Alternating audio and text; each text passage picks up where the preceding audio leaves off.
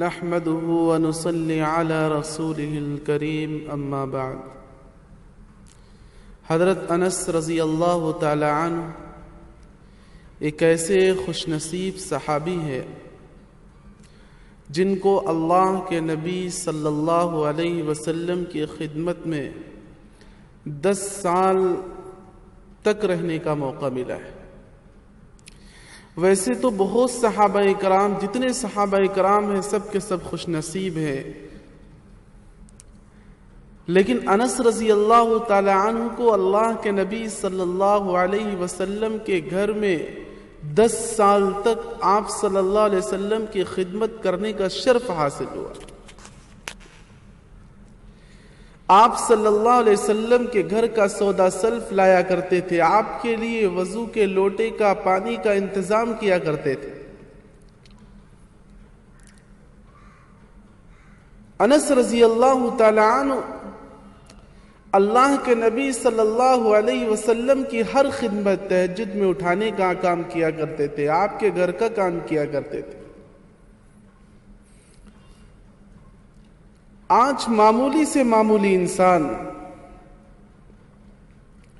جو کسی کے گھر کا ڈرائیور، کسی مالدار کے گھر کا ڈرائیور بن جاتا ہے، یا کسی مالدار کے گھر کا نوکر بن جائے، کسی ایم ایل اے یا ایم پی کے گھر کا نوکر بن جائے، کار ڈرائیور بن جائے، تو لوگوں کو ڈراتا پھرتا ہے کہ میں اس کا غلام ہوں، میں اس کا غلام ہوں۔ سوچئے میرے دوستو کہ انس ابن مالک رضی اللہ تعالی عنہ کا کیا مقام ہوگا، جنہوں نے اللہ کے حبیب سرکار دو عالم جناب نبی کریم صلی اللہ علیہ وسلم کے گھر کی 10 سال تک غلامی کی ہو۔ آپ صلی اللہ علیہ وسلم کے گھر کے غلام رہے، آپ صلی اللہ علیہ وسلم کے ماتحت میں رہے۔ میدان حشر کے اندر جب تمام عالم کھڑا ہوگا، ساری دنیا کے انسان کھڑے ہوں گے، اس وقت انس رضی اللہ تعالی عنہ کا کیا مقام ہوگا کہ ساری کائنات کے سامنے کہیں گے کہ میں نے 10 سال تک اللہ کے نبی صلی اللہ علیہ وسلم کے گھر کی غلامی کی۔ جب کوئی کہہ رہا ہوگا کہ میں اس کا غلام تھا، میں اس کا غلام تھا، اس وقت انس رضی اللہ تعالی عنہ فرمائیں گے کہ میں جناب نبی کریم صلی اللہ علیہ وسلم کے گھر کا غلام تھا۔ دنیا کا یہ دستور ہے، دنیا کا یہ قانون ہے کہ جب کوئی انسان کسی کے گھر میں نوکری کرتا ہے یا کسی کے گھر کے اندر کار ڈرائیور بن جاتا ہے، تو وہ انسان اس کے بدلے میں کچھ معاوضہ تنخواہ کے طور پر، اجرت کے طور پر اسے دیا کرتا ہے۔ انس ابن مالک رضی اللہ تعالیٰ عنہ نے اللہ کے نبی صلی اللہ علیہ وسلم کی 10 سال تک خدمت کی، اور آقا صلی اللہ علیہ وسلم نے حضرت انس کو کیا دیا؟ جبکہ آپ صلی اللہ علیہ وسلم کے گھر کی غلامی کی ہے، اور آپ صلی اللہ علیہ وسلم تو ہر ایک کو عطا کرنے والے تھے۔ آپ کے پاس مسلمان مشرک بھی آتا تھا تو آپ صلی اللہ علیہ وسلم ہر ایک کو عطا کر دیا کرتے تھے۔ کوئی دعا مانگنے کے لیے آتا، دعا کے لیے کہنے کے لیے آتا، تو آپ صلی اللہ علیہ وسلم ہاتھ اٹھا دے کر اس کے لیے دعا فرما دیا کرتے تھے۔ جس چیز کے لیے جو انسان بھی کہتا، آقا دو جہاں جناب نبی کریم صلی اللہ علیہ وسلم اس کے لیے ہاتھ اٹھا دیا کرتے تھے۔ یہ آپ صلی اللہ علیہ وسلم کے اخلاق تھے۔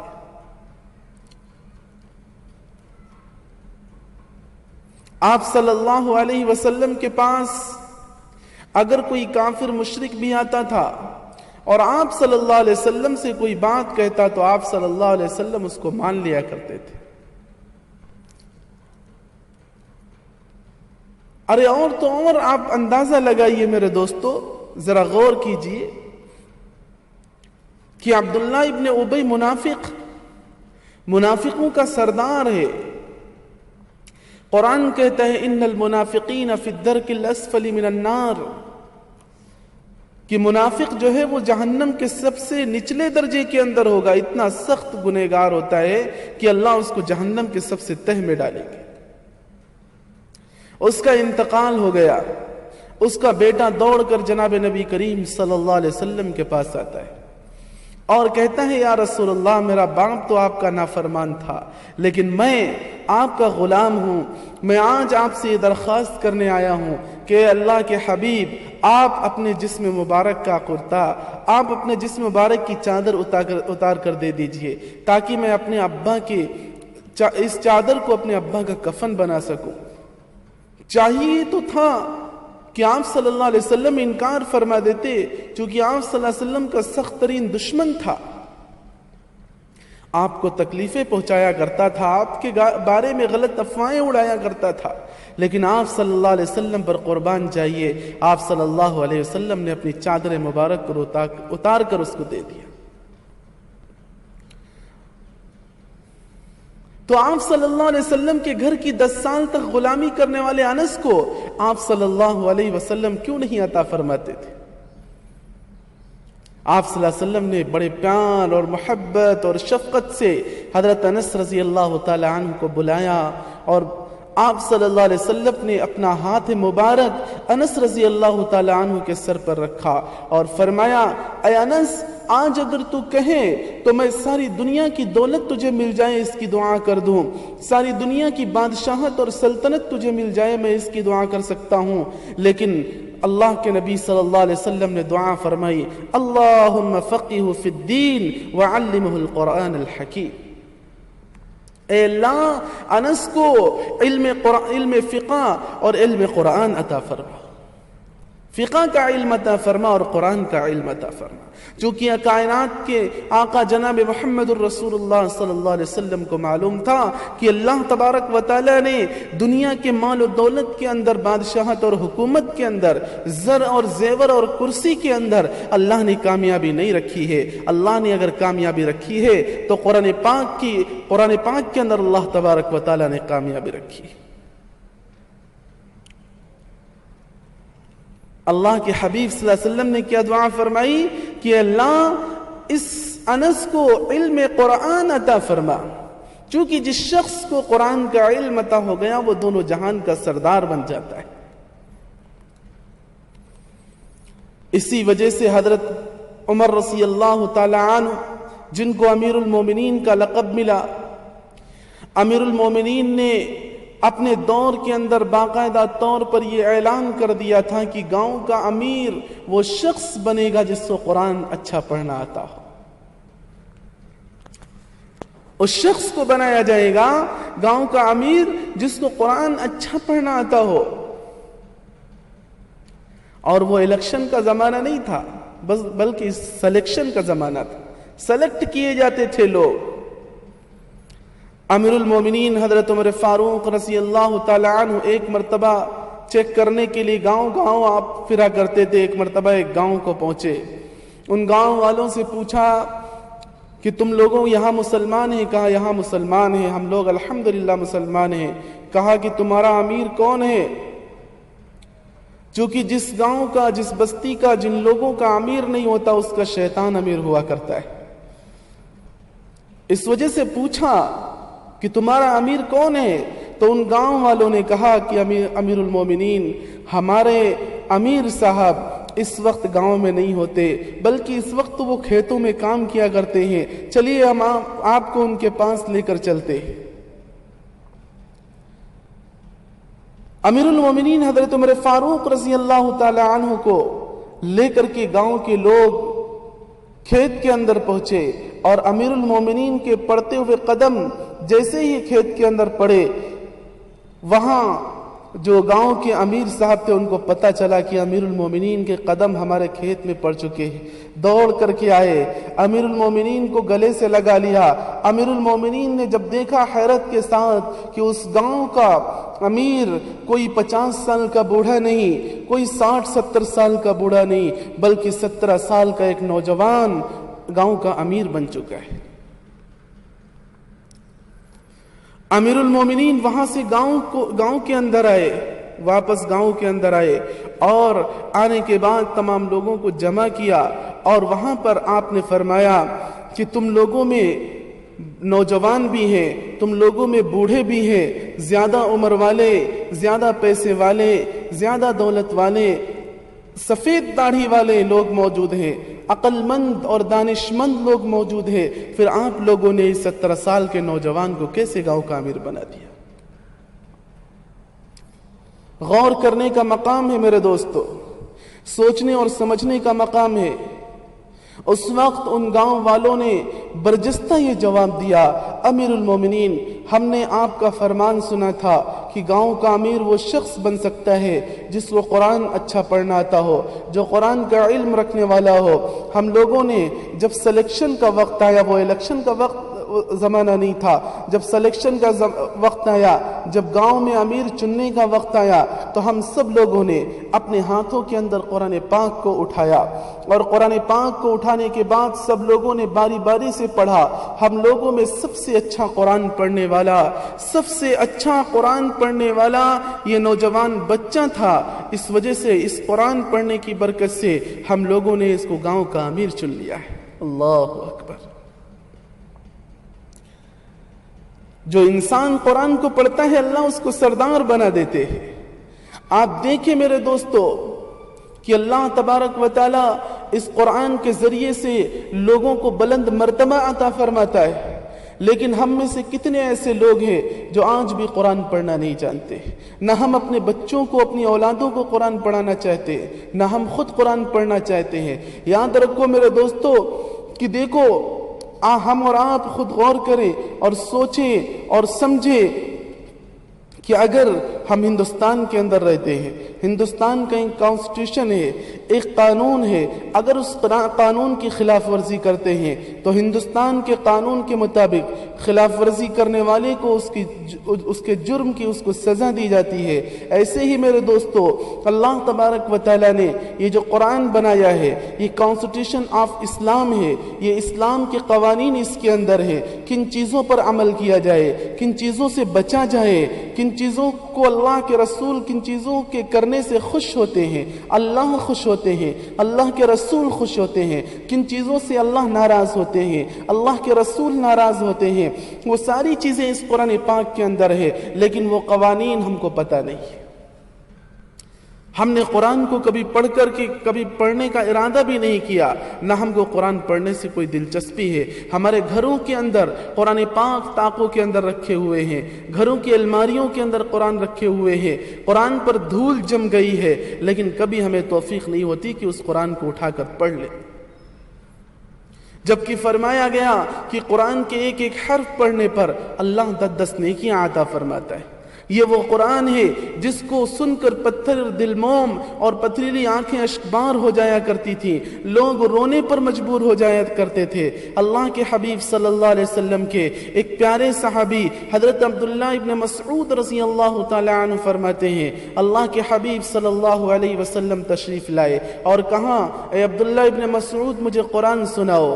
حضرت عبداللہ ابن مسعود رضی اللہ تعالی عنہ فرمانے لگے، اللہ کے حبیب آپ پر قرآن اترا ہے، آپ قرآن اچھا جاننے والے ہیں۔ اللہ کے نبی نے فرمایا، نہیں، میں اپنے امتی سے قرآن پاک کو سننا چاہتا ہوں۔ حضرت عبداللہ ابن مسعود رضی اللہ تعالی عنہ نے قرآن پڑھنا شروع کر دیا، اور حضرت عبداللہ ابن مسعود فرماتے ہیں، جب میں قرآن پڑھ کر قرآن مکمل کرنے کے بعد آپ صلی اللہ علیہ وسلم کی طرف نگاہ اٹھا کر کے دیکھا تو آپ صلی اللہ علیہ وسلم کی آنکھوں سے آنسو جاری تھے، آپ کی آنکھیں اشکبار تھی۔ یہ وہ قرآن ہے میرے دوستو جس کو پڑھ کر رونا آ جاتا ہے، جس کو پڑھ کر اللہ کی یاد تازہ ہو جاتی ہے۔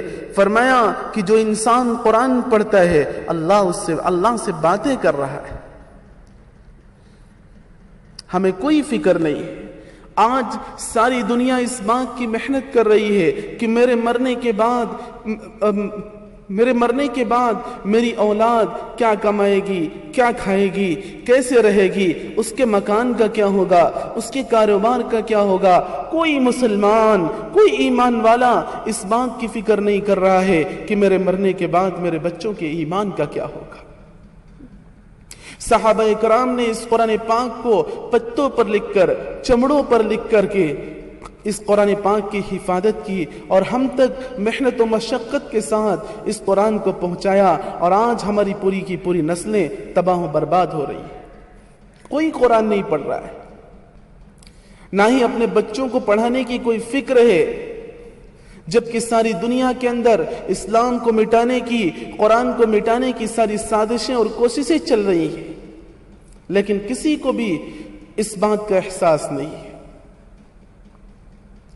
ہندوستان کے اندر ایک وقت، آزادی کے وقت، یہ بھی ایک وقت آیا کہ انگریزوں نے تمام خانقاہوں پر بلڈوزر چلا دیے، تمام مدارس عربیہ کو تباہ و برباد کر دیا، علماء کی لاشیں پیڑوں کے اوپر ٹانگ دی، اور علماء کو پھانسی کے پھندوں پر چڑھا دیا گیا، تمام اکابر علماء کو مار دیا گیا تاکہ اسلام کو اور قرآن کو مٹا دیا جائے۔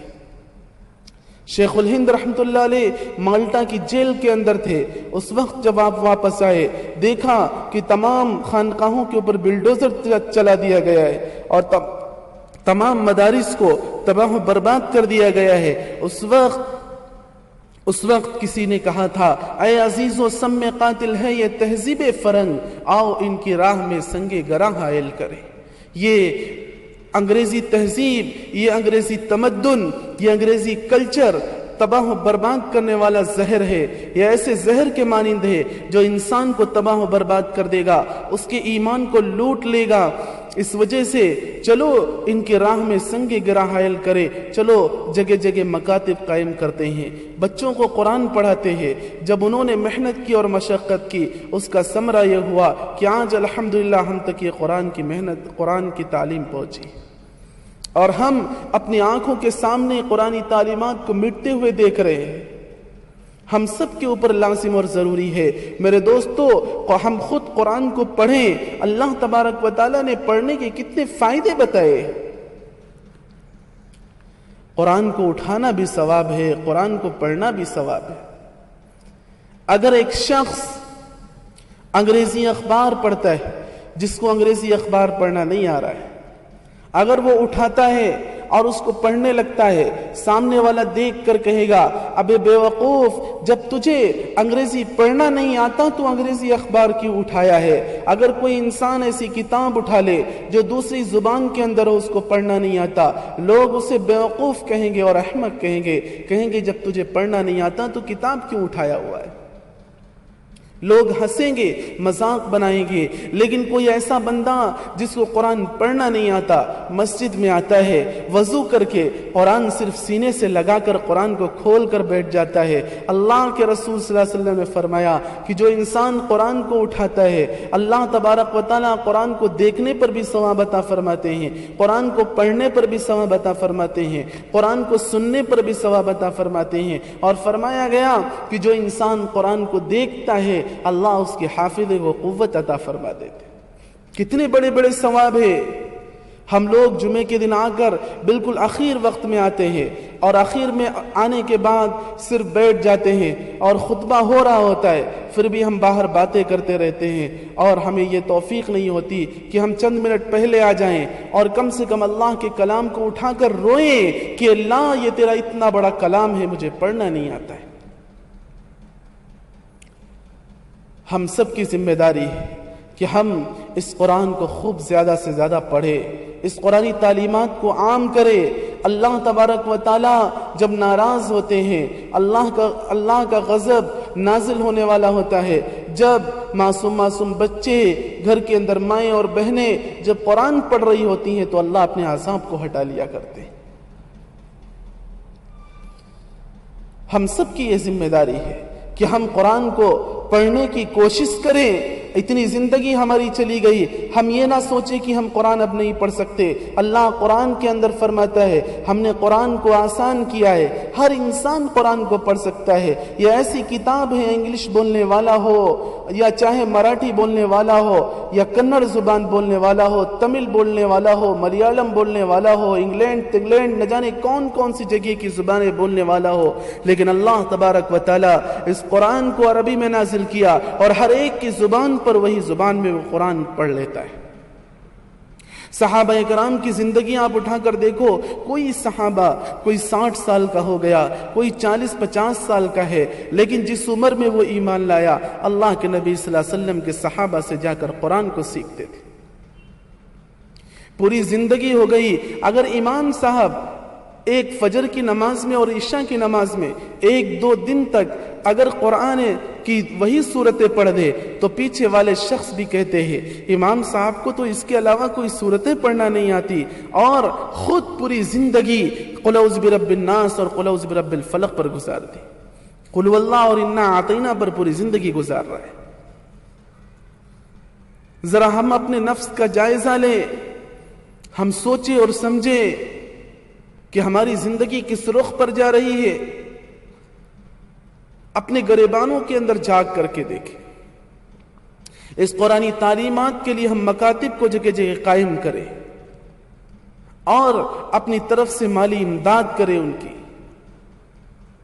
تاکہ اللہ تبارک و تعالیٰ کا یہ کلام جو آخرت کے اندر جو رہبری کی کتاب ہے، جو ہمیں آخرت کے راستے کو بتاتی ہے کہ کون انسان دنیا میں اور آخرت میں کامیاب ہو سکتا ہے، اس کتاب کو حاصل کرنے کے لیے اپنے بچوں کے اندر وہ محبت قرآن کی پیدا کرے کہ بچے خود بخود قرآن سے نہ صرف محبت کرنے والے بلکہ قرآن کو پڑھنے والے بنے، قرآن کو سمجھنے والے بنے۔ اللہ تبارک و تعالی ہم سب کو قرآن پڑھنے والا، قرآن کو سمجھنے والا اور قرآن کی اہمیت اور فضیلت کو پہچاننے والا بنائے۔